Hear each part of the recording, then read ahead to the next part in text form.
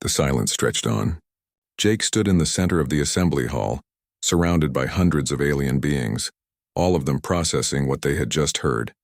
He could feel his heart pounding in his chest, adrenaline still coursing through his system. He had said what needed to be said. Now he would face whatever consequences came. Zreth remained perfectly still, his yellow eyes locked on Jake's face. The Valkyrian's expression was unreadable. Around the hall, delegates whispered to each other in dozens of languages. The translation devices created a low hum of overlapping voices. Finally, Zreth spoke. "You said Earth experienced 5 mass extinctions." "Yes," Jake confirmed, "and humans survived all of them?" "Our ancestors did," Jake clarified. "We didn't exist as a species until relatively recently, but our evolutionary line survived. Small mammals that hid while the dinosaurs died, primates that adapted when the climate changed. Each extinction event killed most life on the planet, but something always survived, and those survivors led to us." The Valkyrian was quiet for another moment. Then he asked, "How did your species develop space travel?" Jake frowned, not expecting that question. "The usual way. We studied physics, built rockets, tested them, lost people in the process, kept trying until we succeeded." "But you did not have access to the Galactic Archive," Zreth said. "You did not learn from elder species or acquire technology through trade. You developed everything independently." "We had to," Jake said. "We didn't know you existed until we built ships capable of reaching beyond our system." A ripple of surprise moved through the assembly. An elderly alien with purple skin and elaborate robes stood from its seat. Jake recognized it as Elder Corvash, one of the most respected diplomats in the galaxy. "Commander Morrison," Elder Corvash said, its voice gentle but carrying easily through the hall. "Are you saying that humans developed faster than light travel without any external guidance?" Jake glanced at Ambassador Carter, who gave a small nod. "Yes," Jake said. "We started with chemical rockets, went to our moon, built space stations, sent probes to other planets in our system. Each step took decades. We made mistakes, lost crews, but we kept going. When we finally figured out the math for FTL travel, it was based entirely on our own research." The hall erupted into conversation. Dozens of delegates spoke at once, their voices overlapping. Jake caught fragments through his translator. "Impossible. Remarkable. Dangerous. Unprecedented." Elder Corvash raised a hand and the hall gradually quieted. "This changes the context considerably. Most species join the galactic community after being discovered by exploration vessels. They receive technology and knowledge, allowing them to skip centuries of development. But Earth did it alone. Because we had no choice," Jake said. "We didn't know we could ask for help." "And your weapons development?" asked a military commander Jake didn't recognize. "You mentioned nuclear weapons. Did you also develop those independently?" Jake felt a chill. This was dangerous territory. "Yes, we developed nuclear weapons before we developed space travel. We tested them, used them in war twice, then realized what we had created and stepped back." "You could have destroyed yourselves," the commander said. "We almost did," Jake admitted. "For decades, we had enough weapons to end all life on Earth multiple times over. 2 major powers, each aiming thousands of missiles at each other. One mistake, one misunderstanding, and it would have been over. But we didn't fire. We negotiated. We reduced our arsenals. We chose survival." Zreth stepped closer to Jake, close enough that Jake had to crane his neck to maintain eye contact. "Why did you step back?" the Valkyrian asked. "If you had such power, why not use it to dominate your rivals?" "Because dominance means nothing if everyone is dead," Jake replied. "We learned that lesson the hard way. Lost millions of people in wars before we developed nuclear weapons. When we created weapons that could kill billions, we realized we had to change. Had to find another way. And yet you still wage war," Zreth observed. "We do," Jake agreed. "We're not perfect. We still have conflicts, still make mistakes, but we try to learn from them. Try to do better. Because that's also what Earth taught us. Adapt or die, and we adapted." Another delegate stood, a being covered in blue scales with multiple tails that swayed behind it. "Commander, you spoke about human persistence. About never giving up. Is this really characteristic of your entire species?" Jake thought about that. "Not every individual human. We're diverse. Some people give up easily. Some people are cruel or selfish or short-sighted. But as a species? Yes. When we commit to something, when we decide something is important, we don't stop. We've sent probes beyond our solar system that are still transmitting after decades. We've built structures meant to last thousands of years. We've preserved knowledge through disasters and dark ages because we refuse to let it be lost. He paused, then added, "We've also made terrible mistakes. Destroyed ecosystems, driven species extinct, waged wars that should never have been fought. We carry that history too. But we keep trying to do better. Because giving up isn't in our nature." Ambassador Carter stood from her seat. She walked down to join Jake on the floor, her diplomatic robes rustling softly. She placed a hand on Jake's shoulder briefly, then addressed the assembly. "Commander Morrison has given you a glimpse of what Earth is and what humanity represents," she said, her voice calm and professional.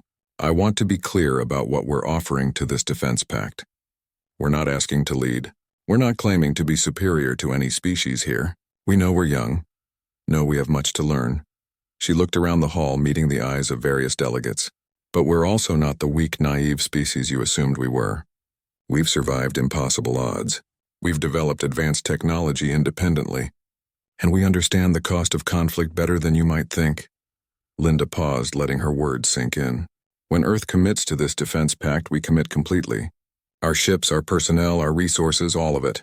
But more importantly, we bring a different perspective. A perspective forged by billions of years of evolution on a world that tried repeatedly to kill everything on it." Elder Corvash nodded slowly. "Ambassador Carter, I believe I speak for many here when I say we may have misjudged your species. The question now is how we move forward." "With cooperation," Linda said simply. "Earth doesn't need to dominate military planning. But our advisors should have a seat at the table. Literally and figuratively. Their insights could save lives." She turned to look at the section where Jake, Kate, and Henry had been standing, the empty space with no chairs. "It's a small thing, providing seats for our military advisors, but it represents something larger. Respect. Recognition that we have value to contribute." Zreth had been silent through this exchange, his expression thoughtful. Now he spoke, his deep voice cutting through the murmurs in the hall. "Ambassador Carter, Commander Morrison," he paused. "I owe you an apology." The hall went completely silent. A high commander of the Velcarian Empire, a species known for their pride and military prowess, apologizing to humans. It was unprecedented. "I made assumptions based on incomplete information," Zreth continued. "I saw Earth's current conditions and concluded they represented its entire history. I was wrong. Any world that produces a species capable of developing FTL travel independently, capable of creating and then restraining weapons of mass extinction, capable of surviving what you have described, that world is not a paradise, it is a crucible." The Velcarian looked at Jake with something approaching respect. "Your tactical suggestions have merit. More importantly, your perspective has merit. Survival and victory are not always the same thing, as you said. The Velcarian Empire has learned this lesson many times at great cost. Perhaps we could have learned it more easily if we had listened to species like yours sooner." Jake didn't know how to respond. This wasn't what he had expected. He had expected anger, dismissal, possibly ejection from the summit. "Not this." Elder Corvash stood again. "I propose we take a formal vote. Should Earth's military advisors be given full status at this summit, with appropriate seating and voice in tactical planning discussions?" The vote was swift. Of the hundreds of delegates present, only a handful abstained. The rest voted in favor. It was overwhelming. "The motion passes," Elder Corvash announced. "Assembly coordinators, please arrange proper seating for all Earth personnel immediately." Within minutes, 3 comfortable chairs were brought in and placed in the Earth section, just behind Ambassador Carter's position at the main table. Kate looked like she might cry. Henry's professional composure had cracked into a genuine smile. Jake just felt exhausted. As they moved to take their new seats, several alien delegates approached to speak with them. Most offered congratulations or asked questions about Earth's history. Some wanted to discuss tactical theories. All of them treated the humans with a respect that had been absent before. Zreth was the last to approach. The massive Velcarian stood before Jake, looking down at him with those yellow eyes. "You took a risk, Commander Morrison," Zreth said quietly. "Speaking as you did could have ended badly." "I know," Jake replied. "But someone needed to say it." "Why you?" Zreth asked. "You could have let your ambassador handle it diplomatically." Jake thought about that. about the insults he had overheard, about watching Ambassador Carr. Jake held Zreth's gaze for a long moment. The Valkyrian's yellow eyes were cold and evaluating. Around them, the entire assembly waited in silence. Jake could feel Kate's nervous energy from across the hall, could sense Henry's disapproval. Ambassador Carter's expression remained carefully neutral. But Jake had started this. He had to finish it. "Let's begin with facts," Jake said, stepping back to address the wider assembly rather than just Zreth. Earth is approximately 4.5 billion years old. In that time, over 99% of every species that has ever existed on our planet has gone extinct. He let that sink in for a moment.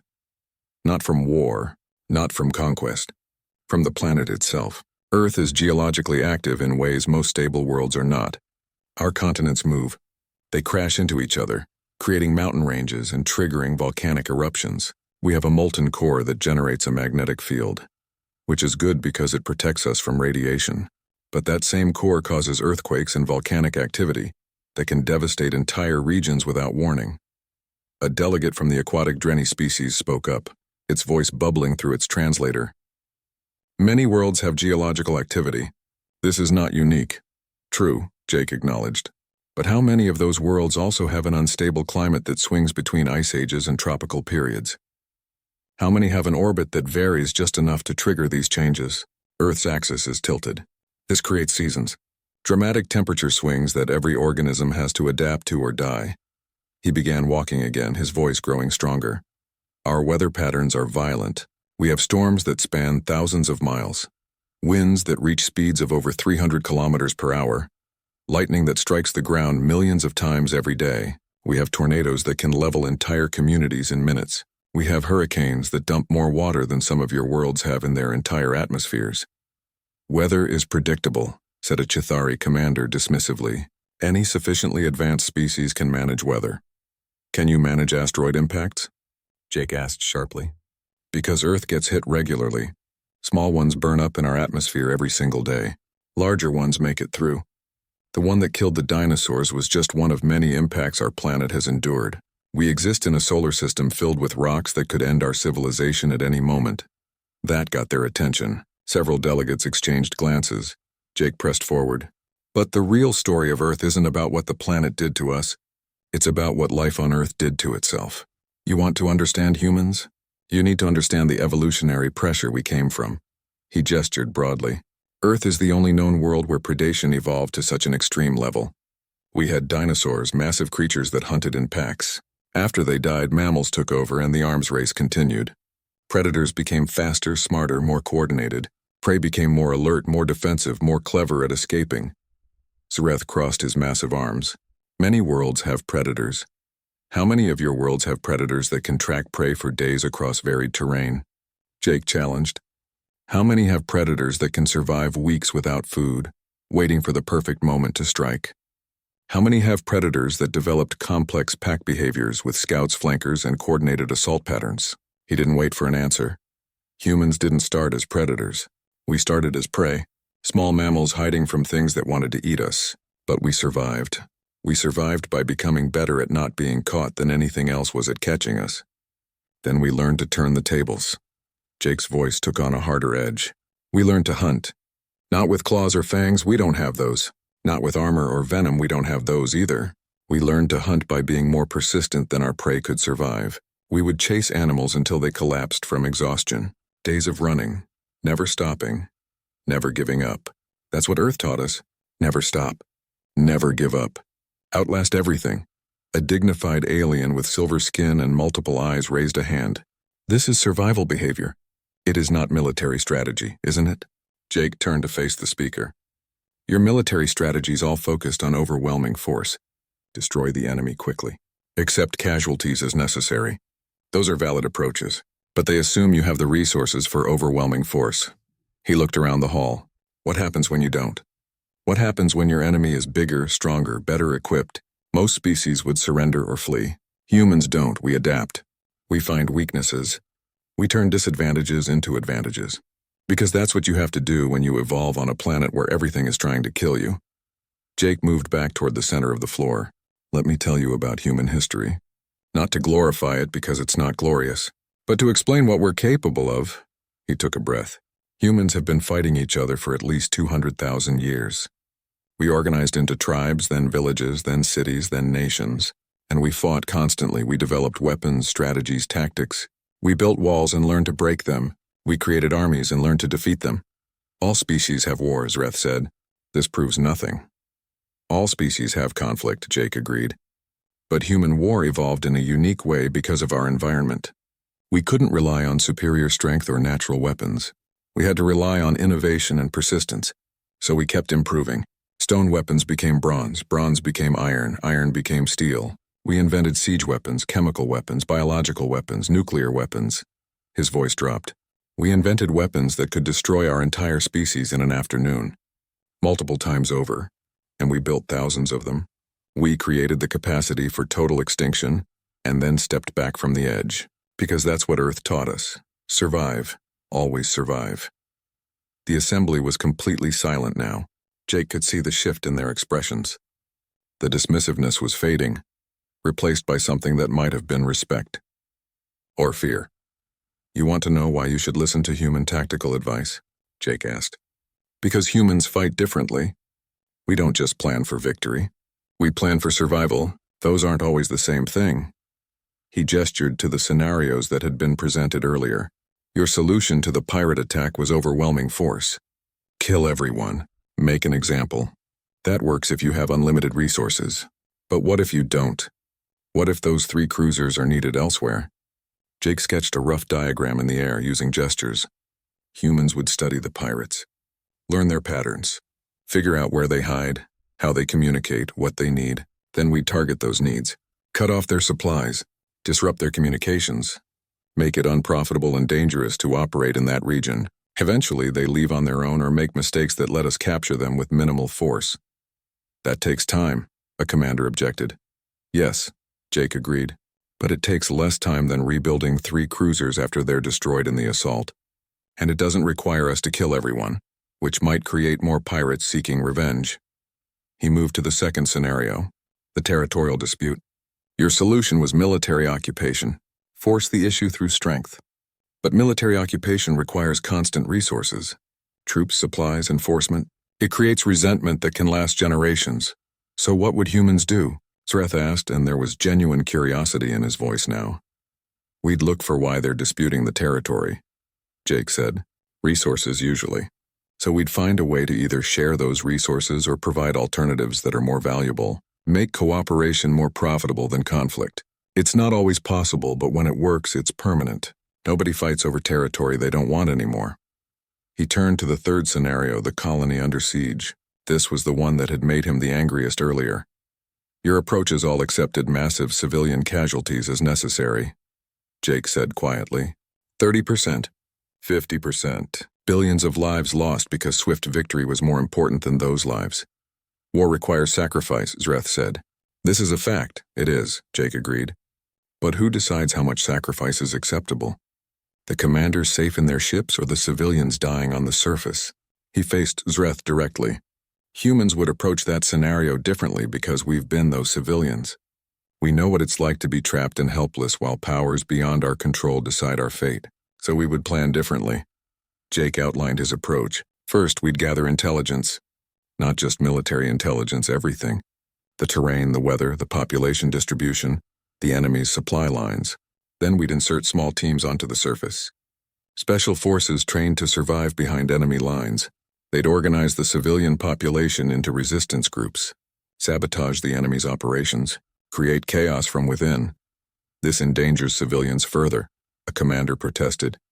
No, Jake corrected. It gives them agency. It lets them fight for their own survival instead of waiting to be rescued. Meanwhile, our fleet doesn't assault directly. We create false targets, spread their defenses thin, force them to make mistakes. When they're weak and disorganized, then we strike. Coordinated assault from orbit and ground simultaneously. He paused. Does it take longer? Yes. Is it more complex? Absolutely. Are casualties lighter? Much lighter. Because the goal isn't just victory, it's victory while... The second day began much like the first. Jake stood against the wall, his feet already protesting before the session even started. He had barely slept, his mind replaying Zreth's words over and over. Kate looked equally tired, dark circles under her eyes. Only Henry seemed rested, though his expression was more guarded than usual. Today's agenda focused on tactical planning. The assembly coordinators had prepared several crisis scenarios that the Defense Pact might face. Different military commanders would present their solutions, demonstrating their strategic thinking. It was meant to be collaborative, a way for various species to learn from each other, but Jake quickly realized it was actually a competition. The first scenario involved pirates attacking a trade convoy near a nebula. A commander from the insectoid Chitauri species approached the podium. Its body was covered in a hard shell, and its multiple legs clicked against the floor as it moved. "The solution is straightforward," the Chitauri commander announced. "Deploy overwhelming force, 3 cruisers minimum. Destroy the pirate vessels completely. Execute any survivors to send a message that such attacks will not be tolerated." Several delegates nodded approvingly.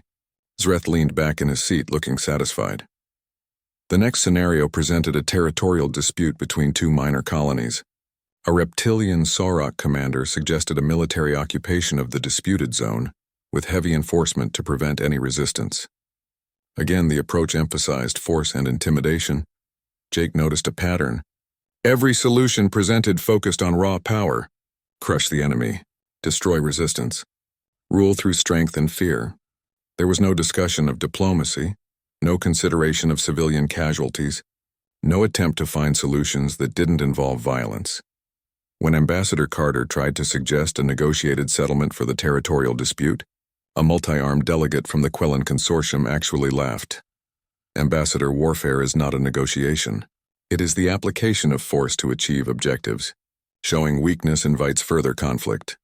Carter's jaw tightened, but she said nothing more. The third scenario was more complex.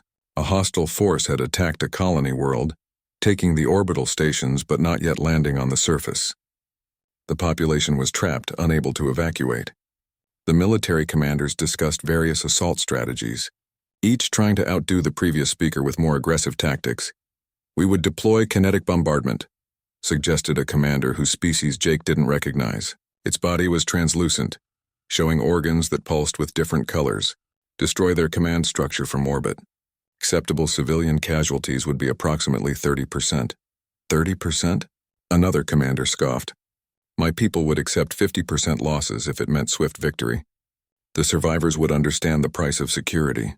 Jake felt sick. They were talking about billions of lives as if they were chess pieces. Acceptable losses. Necessary sacrifices. The cold mathematics of war without any consideration for the people dying. Zreth stood and moved to the podium. The hall fell silent immediately.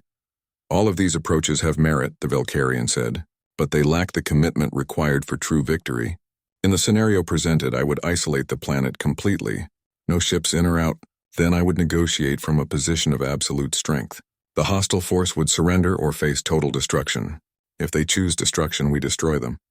If the colony population suffers, that is the price they pay for being weak enough to be captured in the first place." The approval in the hall was almost palpable. Multiple delegates nodded or made sounds of agreement. This apparently was the right answer. Strength above all. Victory at any cost. Zreth's yellow eyes swept across the assembly, then landed on the Earth delegation. A slow smile spread across his face. "Perhaps," he said, his voice carrying false courtesy, "we should hear from our newest members. The humans have been very quiet. Ambassador Carter, would you like to offer Earth's perspective on these scenarios?" The hall went silent. Every being in the chamber turned to look at the Earth delegation. Jake saw the trap immediately. If Carter declined, it would seem like Earth had nothing to contribute. If she offered a different approach, she would be arguing against the consensus of far more experienced military powers. Ambassador Carter stood slowly. Her expression was calm, but Jake could see the tension in her shoulders. "High Commander Zreth, I appreciate the invitation. However, I believe tactical discussions are better left to military professionals. Perhaps one of my advisors could respond." Zreth's smile widened. "Of course. By all means, let us hear from Earth's warriors." He made the word warriors sound like a joke. Carter turned to look at Jake. "Henry and Kate." Henry immediately shook his head slightly, a clear signal to stay quiet. This was dangerous ground. Whatever they said would be picked apart and used to further diminish Earth's standing. But Jake had heard enough. He had listened to 2 days of casual arrogance, watched his ambassador be dismissed repeatedly, and stood silently while beings who knew nothing about Earth spoke with absolute certainty about human weakness. Something inside him snapped. He stepped forward. "Commander Morrison, no," Henry hissed. Jake ignored him. He walked down the steps toward the central floor, his boots echoing in the silent chamber. Every eye followed him. He could feel their curiosity, their amusement, their certainty that whatever he said would prove their assumptions correct. Ambassador Carter's expression was unreadable. She sat down slowly, giving him the floor. Jake reached the speaking area near the podium. He didn't approach the podium itself. That would be presumptuous. Instead, he stood in the open space, meeting Zreth's gaze directly. "Commander Jake Morrison, Earth Defense Forces," he said clearly. "I'll address the scenarios if you want. But first, I think we need to talk about the assumption underlying this entire summit." Zreth's expression shifted from amusement to interest. "Oh, and what assumption is that, Commander?" "That humans are weak," Jake said bluntly. "That Earth is a soft world that produced a soft species. That we have no experience with real hardship, no understanding of survival, no business being involved in military planning at this level." A ripple of surprise moved through the assembly. No one had expected such directness. Kate looked terrified. Henry's face had gone pale. Even Ambassador Carter seemed shocked. Zreth's eyes narrowed. "You believe this assumption is incorrect?" "I know it is," Jake replied, "and I can prove it. But if I do, if I explain exactly what Earth is and what it made us, then you need to accept that maybe, just maybe, you don't know as much about humans as you think you do." The Valkyrian's expression hardened. This was no longer amusing. This was a direct challenge to his authority and expertise. "Very well, Commander Morrison," Zreth said slowly. "You have the floor. Explain to this assembly why we should take military advice from someone who evolved on the easiest world in the galaxy. Explain why beings from a paradise planet have anything to teach those of us forged in far harsher conditions." The chamber was absolutely silent. Even the translation devices seemed to hold their breath. Jake looked around the hall. Hundreds of species, thousands of years of civilization, countless battles and wars and conflicts. They all believed the same thing. They had all reached the same conclusion about humanity. They were all wrong. "Earth isn't a garden world," Jake began, his voice steady. "It's a death trap that spent 4 billion years trying to kill everything on it. And humans are what crawled out of that trap when everything else died." Zreth made a dismissive gesture. "Your world has comfortable gravity, breathable air, liquid water, and abundant food. These are facts." "Those are current conditions," Jake corrected.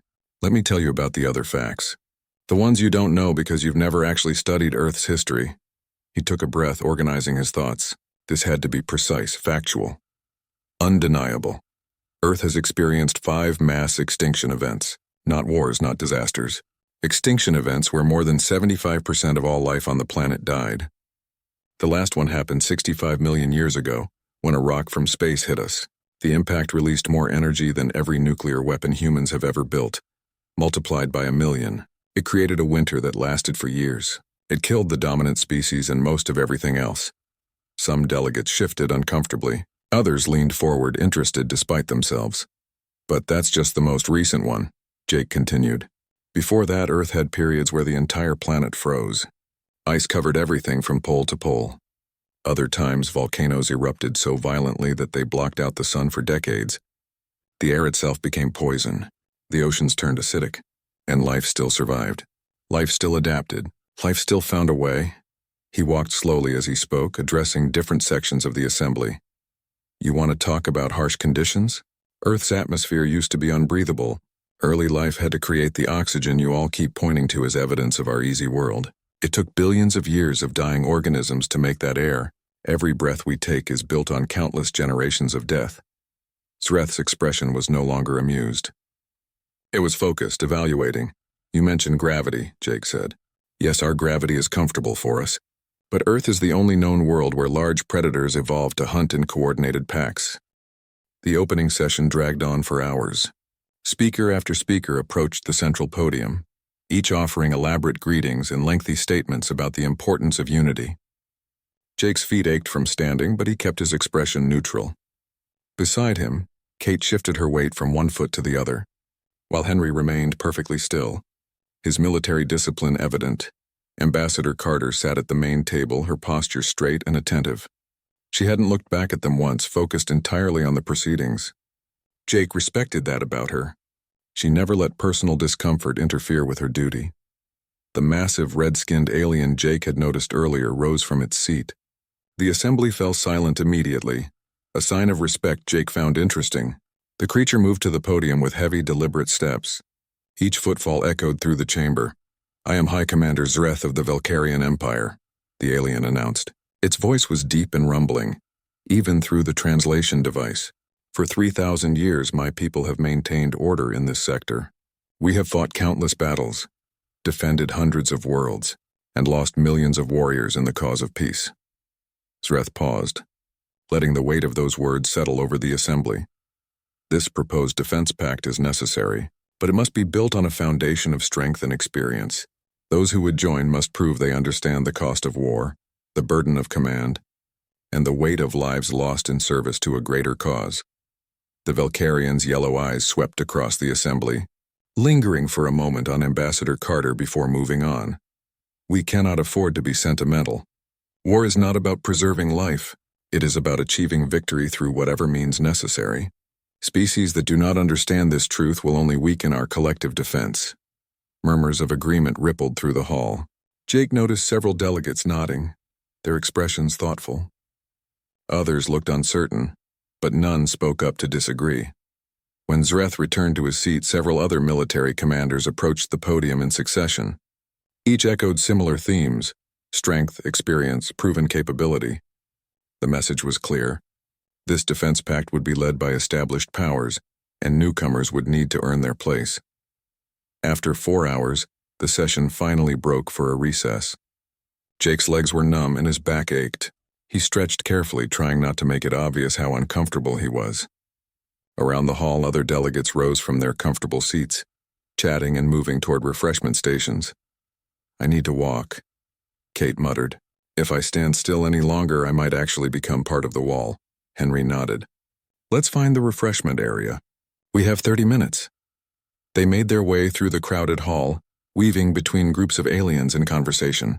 The refreshment area was large, with tables offering food and drink from dozens of different worlds. Jake grabbed something that looked like water and took a careful sip. It tasted like cold metal, but it was wet. "Commander Morrison," a voice said behind him. Jake turned to find Ambassador Carter approaching. She looked tired but composed. "How are you three holding up?" she asked quietly. "We're fine, ma'am," Jake replied automatically. Linda raised an eyebrow. "You've been standing for 4 hours. I'm not blind to what's happening here." "It's politics," Henry said. "We knew this wouldn't be easy."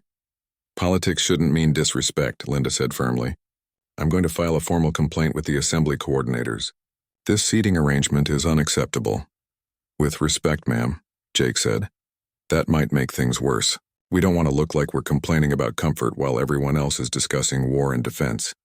Linda studied him for a moment, then nodded slowly. "You might be right. But I don't like it." "Neither do we," Kate said. "But we can handle it."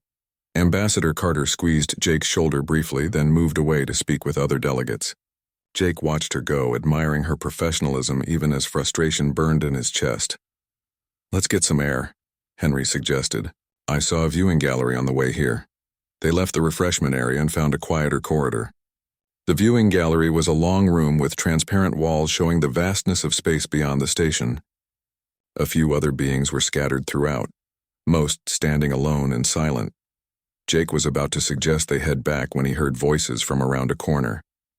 The language was unfamiliar, but his translation earpiece quickly converted it to English. "The humans are exactly as I expected," said a deep, rumbling voice that Jake recognized as Zreth. "Soft, comfortable.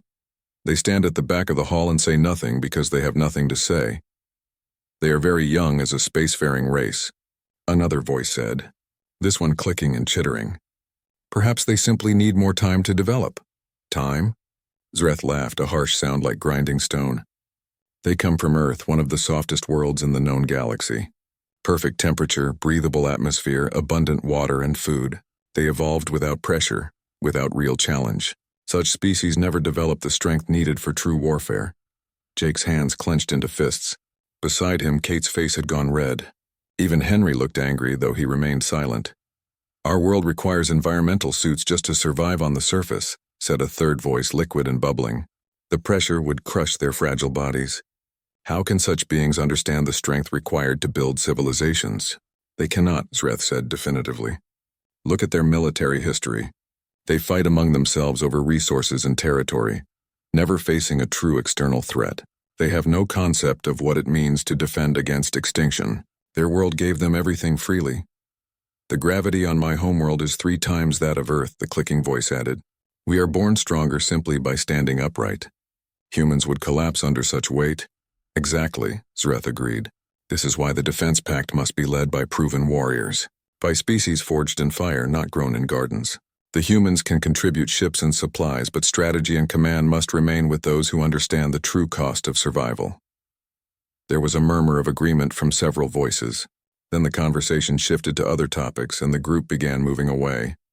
Jake stood frozen, his jaw clenched so tight it ached.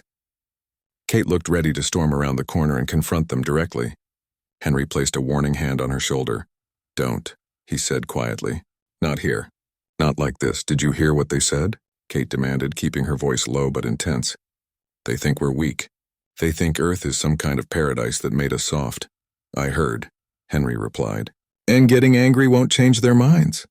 We need to be smart about this." Jake took a slow breath, forcing himself to calm down. Henry was right. Starting a confrontation in a corridor wouldn't help anything. But the words burned in his mind. "A garden world, soft, no real challenges. They had no idea what they were talking about. We should get back," he said finally. "The session will resume soon." They returned to the assembly hall and took their positions along the wall. Jake's legs still ached, and now anger added to his discomfort. He watched Zreth enter the hall, laughing with a group of other military commanders. The Valkyrian looked supremely confident, utterly convinced of his own superiority.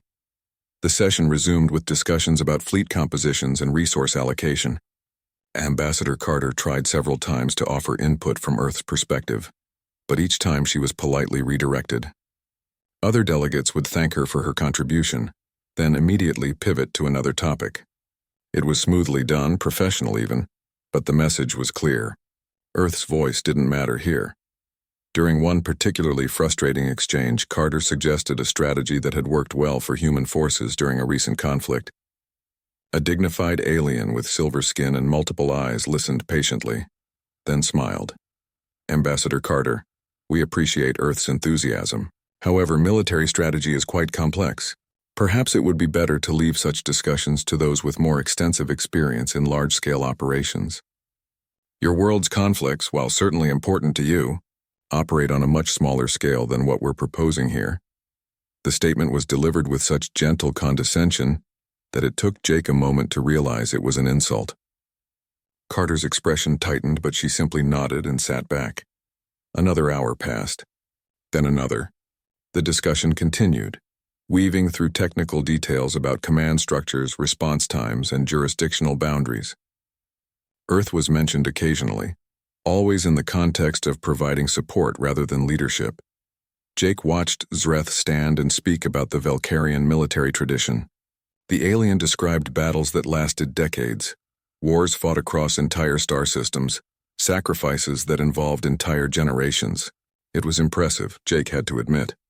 The Valkyrians had a legitimate claim to military expertise, but something about the way Zreth spoke bothered Jake. There was an assumption underlying every word, a belief that suffering and strength were the same thing, that because the Valkyrians had endured terrible conditions, they were inherently superior warriors. As the session finally ended for the day, Jake filed out with the other military advisors. His entire body ached and his mind felt fuzzy from hours of standing and listening. Kate looked exhausted, and even Henry showed signs of fatigue. "Tomorrow will be better." The viewing port stretched across the entire wall, showing the vast darkness of space dotted with distant stars. Commander Jake Morrison stood near the glass, watching as the massive station grew larger with each passing moment. Harmony Prime was unlike anything he had ever seen. The structure spiraled outward in rings, each section glowing with lights from a dozen different colors. Ships from hundreds of worlds docked at various ports, their designs ranging from elegant curves to brutal angular shapes. Jake adjusted his uniform collar. The dark blue fabric felt stiff and formal, nothing like the combat gear he preferred. 3 silver bars on his shoulder marked his rank, and a small earth insignia sat over his heart. He had been in the military for 12 years, seen action on 4 different colony worlds, and earned more commendations than he could count. But none of that seemed to matter out here beyond Earth's borders. "Stop fidgeting," Lieutenant Kate Murphy said from beside him. She was shorter than Jake, with red hair pulled back in a tight bun. Her uniform matched his, though her expression was far more relaxed. "You look like you're heading to a firing squad." "Maybe I am," Jake replied. He glanced at the third member of their group, Captain Henry Brooks, who sat in one of the shuttle seats reviewing documents on a tablet. Henry was older, somewhere in his 50s, with gray hair and the calm demeanor of someone who had seen everything twice. "Relax, Morrison," Henry said without looking up. "We're just advisors. We stand in the back, look professional, and let Ambassador Carter do the talking." Jake nodded, but the tension in his shoulders didn't ease. This summit was important. Every major power in the galaxy would be represented. The goal was simple: create a unified defense pact that could respond to threats anywhere in known space. Pirates, raiders, territorial disputes, all of it would fall under the jurisdiction of this new alliance.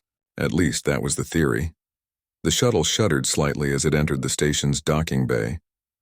Through the viewport, Jake could see the massive chamber filled with ships. Some were elegant vessels with flowing lines. Others looked like they were built from spare parts welded together. The diversity was staggering. Ambassador Linda Carter appeared from the back of the shuttle. She was a tall woman in her 40s with dark skin and sharp eyes that missed nothing. Her formal diplomatic robes were a deep blue, trimmed with silver thread.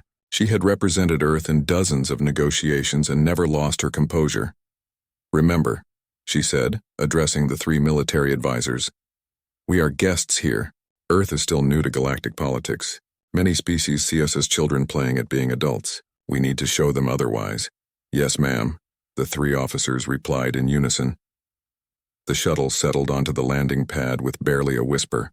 The hatch opened and a rush of cool air filled the cabin. Jake followed Ambassador Carter down the ramp with Kate and Henry close behind. The docking bay was enormous, easily large enough to hold 50 shuttles.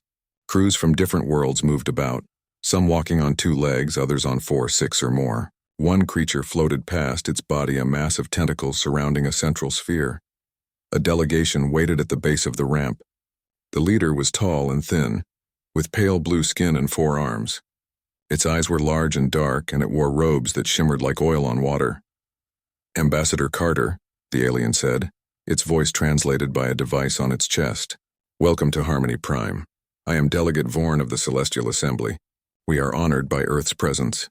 Linda smiled and extended her hand. Vorn looked at it for a moment, before reaching out with one of its 4 hands. The gesture was awkward but sincere. "The honor is ours," Linda replied. "May I introduce my military advisors?" Commander Jake Morrison, Lieutenant Kate Murphy, and Captain Henry Brooks. Vorn's eyes passed over the 3 humans with barely a glance. "Of course. The assembly hall is prepared. The opening session begins in 1 standard hour. I will have someone show you to your quarters." The alien turned and glided away, its robes trailing behind. A smaller creature, something that looked like a walking plant, gestured for them to follow. They moved through corridors that curved and twisted in ways that made Jake's head hurt.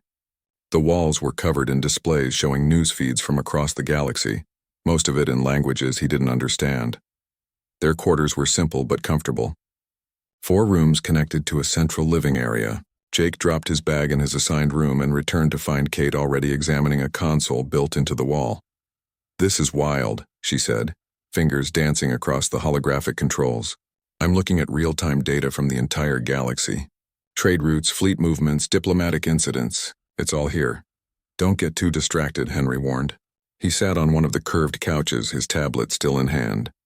"We need to review the briefing materials before the session starts." Jake joined them, pulling up his own tablet. The documents outlined the proposed defense pact, the various species involved, and the expected points of contention. Earth's role was listed as a supporting member, which essentially meant they would contribute ships and personnel.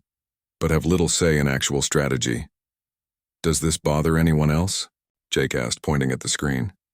We're supposed to be equals, but they've already decided we're second tier. We are second tier, Henry said bluntly. Earth has been in space for barely a century. Some of these civilizations have been traveling the stars for thousands of years. We need to prove ourselves before they'll take us seriously. And how do we do that? Kate asked. Henry shrugged. We show up, we contribute, and we don't make waves. Eventually, they'll see what we're capable of. Jake wasn't convinced, but he kept his thoughts to himself. They spent the next hour reviewing documents and discussing potential scenarios. When the time came, they changed into their formal uniforms and followed Ambassador Carter through the winding corridors to the assembly hall. The hall took Jake's breath away. It was a massive chamber, circular in shape with tiers of seats rising up on all sides. A domed ceiling showed a projection of the galaxy itself, stars and nebulas spinning slowly overhead. Hundreds of delegates were already seated, representing species Jake had never even heard of. At the center of the hall was a raised platform with a single podium. Surrounding it were seats for the primary delegates arranged in a circle. Ambassador Carter moved toward one of those seats, her name displayed on a holographic marker. Jake looked for where he and the other advisors were supposed to sit. He saw sections behind each primary delegate where military and technical advisors had gathered. But when he checked the Earth section, there were no seats, just empty space near the back wall. "Excuse me," Henry said to a nearby attendant, a creature with 6 legs and a carapace like an insect. "Where are the seats for Earth's military advisors?" The attendant consulted a device. Military advisors for Earth are assigned to standing positions along the perimeter. Section 12, subsection 4. Kate's eyes widened. Standing positions? Everyone else has seats. The attendant's mandibles clicked. "I only assign positions as directed. If you have concerns, please file a formal complaint after the session." The creature scuttled away before anyone could respond. Jake looked around the hall. Every other delegation had seats for their advisors. Some even had small tables with refreshments. But the Earth section was bare. He met Kate's eyes and saw his own anger reflected there. This wasn't an oversight. This was deliberate. "Let it go," Henry said quietly. "We're here to observe, not to cause problems." Jake clenched his jaw but nodded. They moved to their assigned positions along the wall, standing while hundreds of other advisors sat in comfort. From across the hall, Jake noticed someone watching them. It was a massive creature, easily 7 feet tall with dark red skin and plates of armor covering its body. Its eyes were yellow and cold. The creature's mouth curled into what might have been a smile. Then it turned away, dismissing the humans entirely. Jake felt something cold settle in his chest. This was going to be a long summit.